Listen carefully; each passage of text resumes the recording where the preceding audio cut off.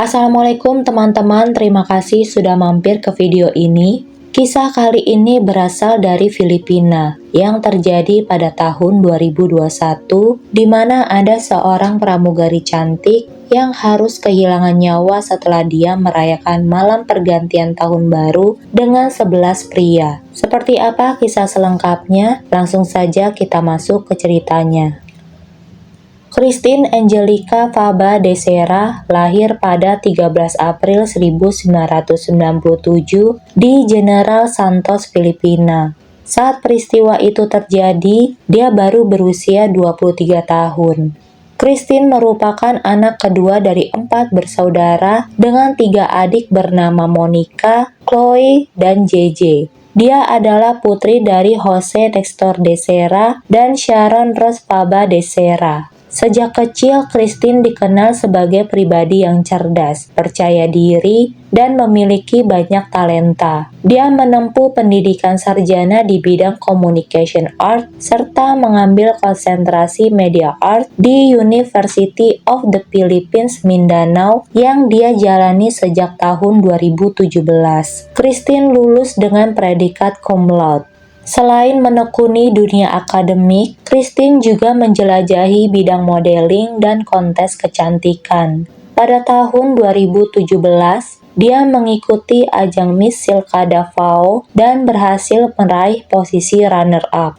2 tahun kemudian, pada tahun 2019, Christine kembali berpartisipasi dalam kontes Mutia Eng Davao. Berkat bakat dan kecantikannya, dia berhasil melaju hingga babak finalis. Masih di tahun yang sama, Christine memutuskan untuk mencari jalan baru dalam hidupnya. Dia meninggalkan rumah keluarganya di General Santos dan pindah ke Manila. Di sana dia memulai karir sebagai pramugari Philippine Airlines. Unggahan di media sosialnya memperlihatkan betapa bangga dan bahagianya Christine menjalani profesi tersebut, sebuah pekerjaan yang menjadi impiannya sejak lama. Rekan-rekan Christine mengenalnya sebagai pribadi yang profesional, elegan, dan ramah. Dia dihormati di lingkungan kerjanya, dicintai oleh keluarganya, serta disayangi oleh siapapun yang mengenalnya. Keluarga Christine kerap mengenang betapa besar keinginannya untuk menunjukkan dunia kepada mereka.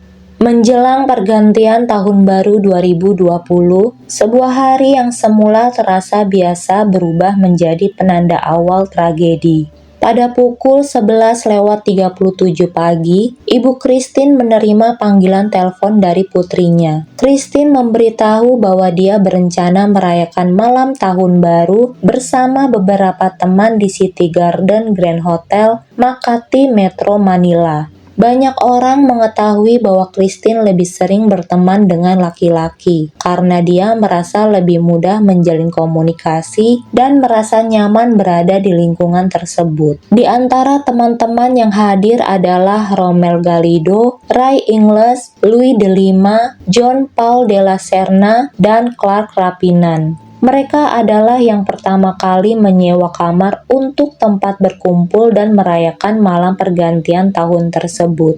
Dari kelima orang itu, John Paul de la Serna menjadi yang paling awal tiba. Dia melakukan proses check-in sekitar pukul 11 pagi dan menerima kunci kamar bernomor 2209. Christine bergabung beberapa waktu kemudian. Seiring berjalannya hari, semakin banyak teman yang datang dan ikut berkumpul. Perlu diketahui bahwa tidak semua orang yang hadir benar-benar mengenal Christine secara pribadi. Sebagian di antaranya merupakan teman dari teman-temannya. Salah satu di antaranya adalah Gregorio de Guzman yang dijemput oleh Romel. Selain itu, Romel juga menjemput beberapa orang lain, yaitu Valentin Rosales, Mark Anthony Rosales, Jamir Cunanan, dan Edward Madrid. Ada pula John Paul Halili yang kabarnya adalah seorang manajer hotel bergabung dengan mereka malam itu. Christine dan teman-temannya kemudian melanjutkan perayaan malam tahun baru di kawasan hiburan Poblacion Makati. Sekitar pukul 12:30 dini hari, mereka kembali ke City Garden Hotel dalam kondisi sudah terpengaruh minuman keras. Tidak lama setelah tiba, Christine melakukan panggilan video dengan keluarganya untuk menyampaikan ucapan dan harapan tahun baru. Dalam rekaman tersebut, Christine tampak ceria dan penuh kegembiraan, bahkan memperkenalkan teman-temannya yang ikut dalam pesta malam itu. Beberapa temannya sempat menyapa keluarga Christine melalui layar. Momen singkat itu menjadi interaksi terakhir antara Christine dan keluarganya yang berada di kota berbeda. Tanpa disadari siapapun, itulah kali terakhir mereka mendengar suara Christine.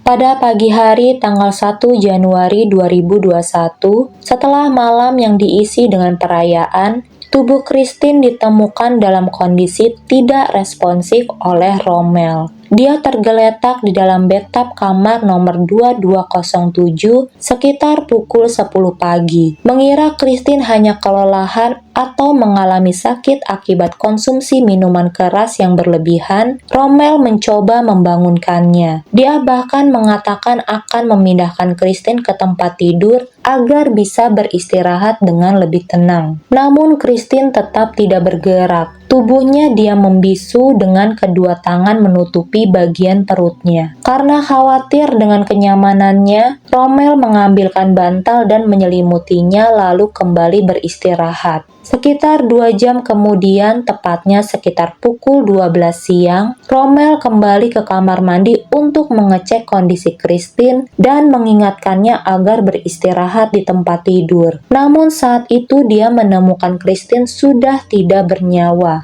Warna tubuhnya tampak pucat, tidak lagi kemerahan, sementara rambutnya terlihat basah dan berubah warna menjadi keputihan kebiruan. Panik, Rommel segera memberitahu 5 teman lain yang masih berada di dalam kamar. Dalam kepanikan, mereka mengangkat tubuh Christine dari dalam bathtub dan berusaha melakukan CPR sebisanya, sesuai dengan pengetahuan yang mereka miliki. Sementara itu, beberapa dari mereka bergegas meminta bantuan kepada staf hotel. Setelah melihat kondisi Christine, staf hotel langsung menghubungi ambulans. Valentin Rosales turut membantu memindahkan tubuh Christine ke atas tandu. Namun proses tersebut tidak berjalan mudah karena ukuran tandu yang terlalu besar, sehingga menyulitkan mereka untuk menopang dan menstabilkan posisi tubuh Christine dengan baik. Mereka segera memindahkan Christine ke klinik hotel sambil terus berusaha memberikan pertolongan. Namun upaya tersebut tidak membuahkan hasil. Menyadari kondisi yang semakin kritis, teman-teman Christine bersama staf hotel akhirnya membawa Christine ke Makati Medical Center. Kabar tersebut segera disampaikan kepada keluarga Christine. Mendengar berita itu, keluarga langsung bergegas menuju rumah sakit, berharap masih ada keajaiban yang bisa menyelamatkan putri mereka.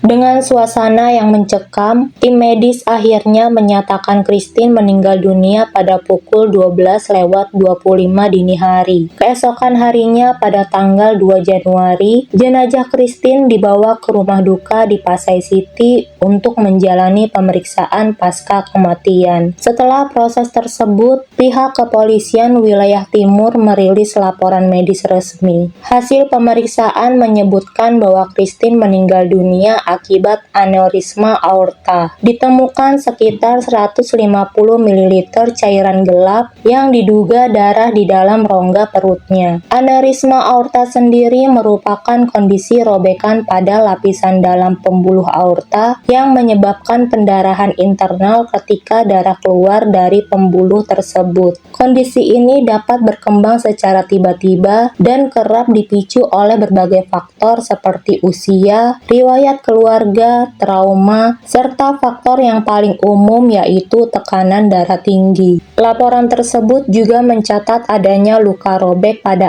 area genital yang menunjukkan bahwa cedera itu terjadi lebih awal pada malam kematiannya. Namun penting untuk dicatat bahwa tidak ditemukan adanya cairan tubuh maupun jejak sperma di area tersebut. Analisis cairan menjadi terbatas karena tubuh Christine telah dibersihkan sebelum proses proses otopsi dilakukan. Selain itu, laporan medis mendokumentasikan sejumlah memar di tubuh Christine. Di antaranya terdapat memar pada bagian belakang jari tangan kanan, 2 memar di area punggung tangan kanan, beberapa memar di kaki, serta 1 memar di betis kanan. Terdapat pula bekas luka pada jari tangan kanan yang bersifat ambigu dengan penyebab cedera yang hingga kini belum dapat dipastikan. Meskipun laporan awal menyebutkan bahwa kematian Christine disebabkan oleh aneurisme, kesimpulan tersebut justru menimbulkan kekecewaan besar bagi pihak kepolisian dan keluarga. Pada tanggal 4 Januari, di bawah kepemimpinan Jenderal Debold Sinas, Kepolisian Nasional Filipina secara resmi mengklasifikasikan kematian Christine da Sierra sebagai akibat penyakit. Keputusan ini berdampak langsung pada gugurnya dugaan keterlibatan penyakit menular seksual serta membebaskan 11 orang yang sebelumnya diketahui berada bersama Christine pada perayaan Tahun Baru.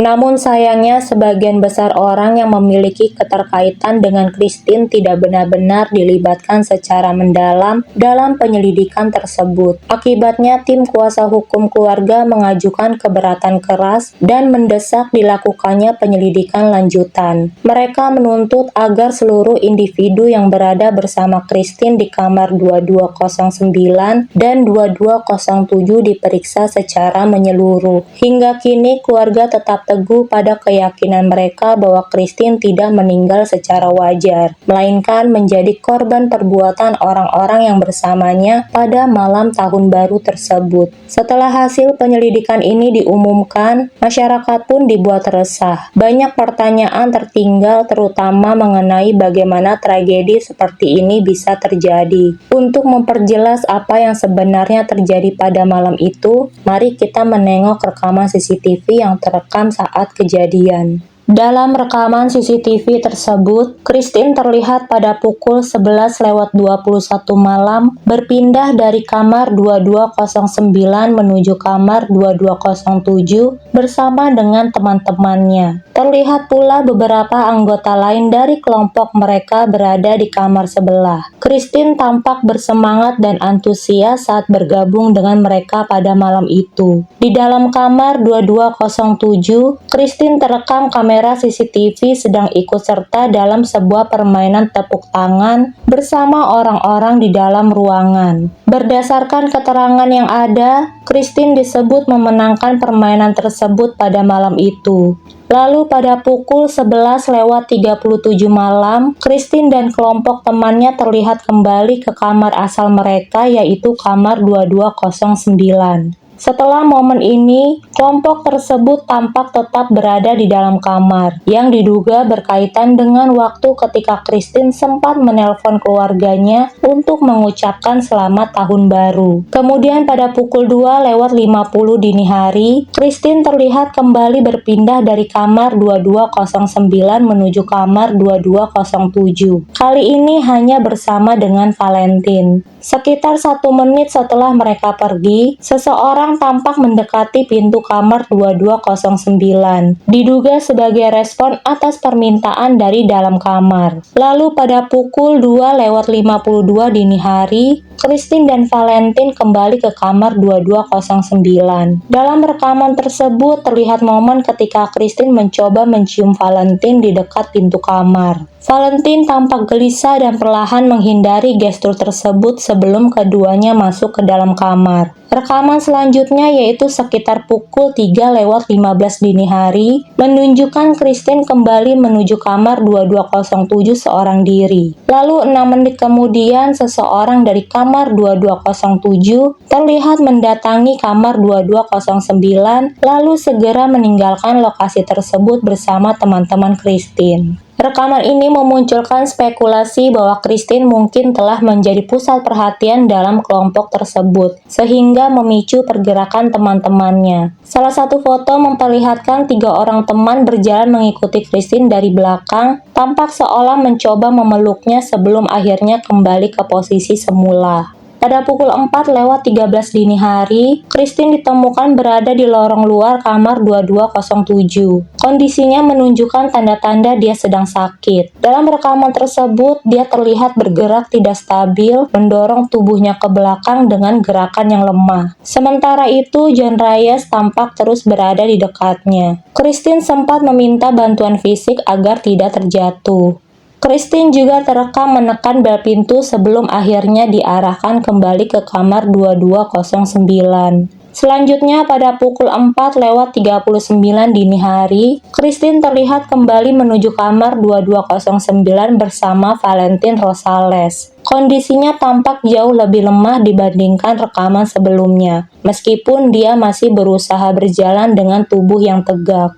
Lalu pada pukul 5:05 pagi, suasana di lorong kembali berubah. Rekaman CCTV menunjukkan Christine bersama Romel Galido dalam kondisi ceria, tampak bersemangat dan seperti sedang mencari teman-teman mereka. Pada momen ini, Christine tidak memperlihatkan tanda-tanda kesedihan ataupun kecemasan. Situasi kembali berubah drastis pada pukul 6:26 pagi. Rekaman CCTV memperlihatkan Valentin menggendong Christine dari sekitar lorong dekat kamar 2207 dan membawanya kembali ke kamar 2209. Inilah penampakan terakhir Christine dalam rekaman kamera pengawas.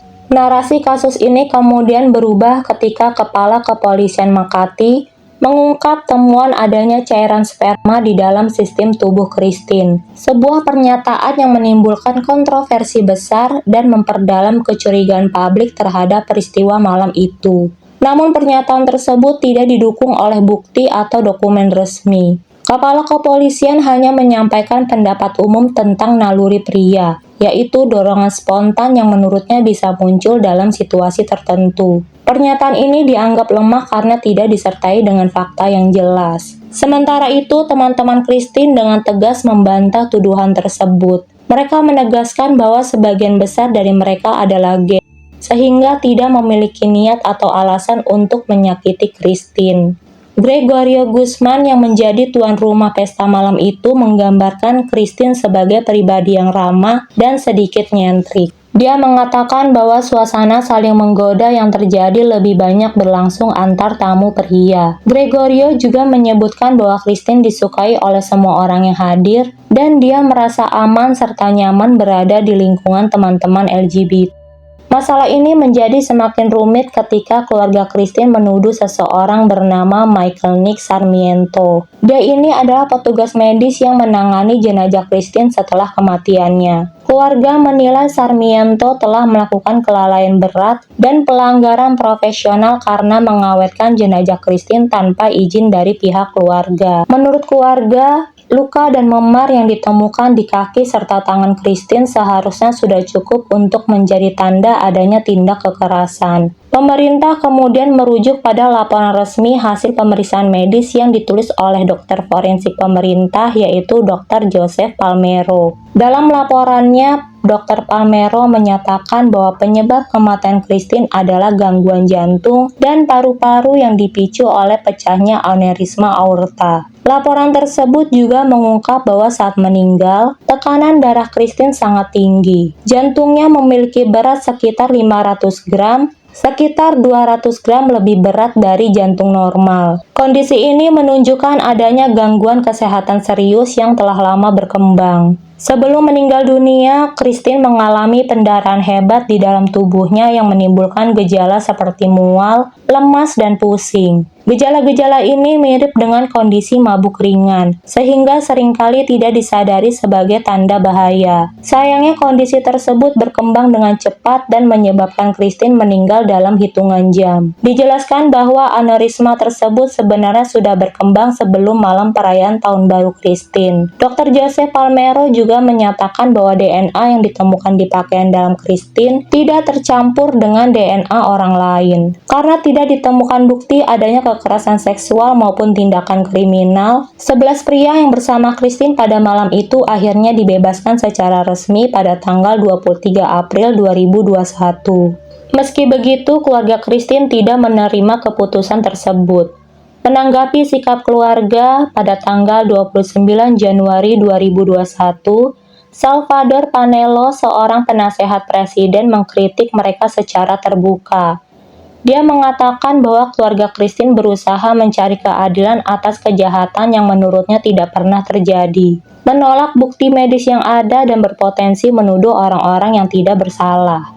Sementara itu, pada tanggal 7 Januari sekitar pukul 10 pagi, jenazah Christine dipulangkan ke kampung halamannya menggunakan pesawat Airbus A330 milik Philippine Airlines dan tiba di General Santos. Christine kemudian dimakamkan di Forest Lake Memorial Park pada tanggal 10 Januari. Kematian Christine menimbulkan beragam reaksi di media. Sebagian pihak menyampaikan simpati mendalam, namun tidak sedikit pula yang justru mengkritik gaya hidup dan pilihan pribadi Christine, yang kemudian memunculkan perdebatan luas di ruang publik. Di banyak wilayah Asia masih ada pandangan negatif terhadap perempuan yang bergaul dekat dengan banyak pria. Perempuan sering dianggap menempatkan diri mereka sendiri dalam situasi berbahaya. Dalam kasus Christine, banyak warganet mengkritik cara berpakaiannya, kebiasaan minumnya, serta keputusannya untuk berpesta bersama teman-teman pria. Namun sudut pandang seperti itu justru menimbulkan banyak kecaman publik. Berbagai tagar yang membela Christine dan korban kekerasan lainnya mulai ramai di media sosial. Di sisi lain, ada pula pihak yang menolak hasil laporan medis resmi. Sebagian beranggapan bahwa Christine memiliki tekanan darah tinggi yang belum terdeteksi, sementara yang lain menduga adanya overdosis obat atau pengaruh alkohol. Namun hasil otopsi membantah semua dugaan tersebut. Laporan medis menegaskan bahwa minuman keras atau obat-obatan rekreasional tidak dapat menyebabkan pelebaran aorta atau kerusakan pembuluh darah seperti yang ditemukan dalam kasus Christine. Sementara tuntutan keadilan terus bergema, fokus publik perlahan bergeser ke upaya mencari kebenaran atas apa yang sebenarnya terjadi pada Christine dan pada para korban tuduhan. Beberapa orang yang hadir di pesta tersebut terlanjur dicap sebagai pelaku kejahatan, meskipun tidak ada bukti kuat yang mendukung tuduhan tersebut. Gregorio Guzman pun mengungkapkan dampak buruk dari perundungan daring yang dia alami akibat tuduhan tersebut. Hingga kini, kematian Christine da Serra masih menyisakan tanda tanya bagi banyak orang. Versi resmi menyebutkan bahwa dia meninggal dunia karena sebab alami. Namun keluarganya tetap meragukan kesimpulan tersebut. Kematian misterius Christine terus menjadi bahan spekulasi dan perdebatan publik, meninggalkan kesan mendalam yang masih membekas hingga sekarang. Oke teman-teman, itu tadi kisah tragis yang menimpa Christine yang harus kehilangan nyawa saat pergantian malam tahun baru. Terima kasih sudah menonton sampai habis, sampai jumpa di video selanjutnya.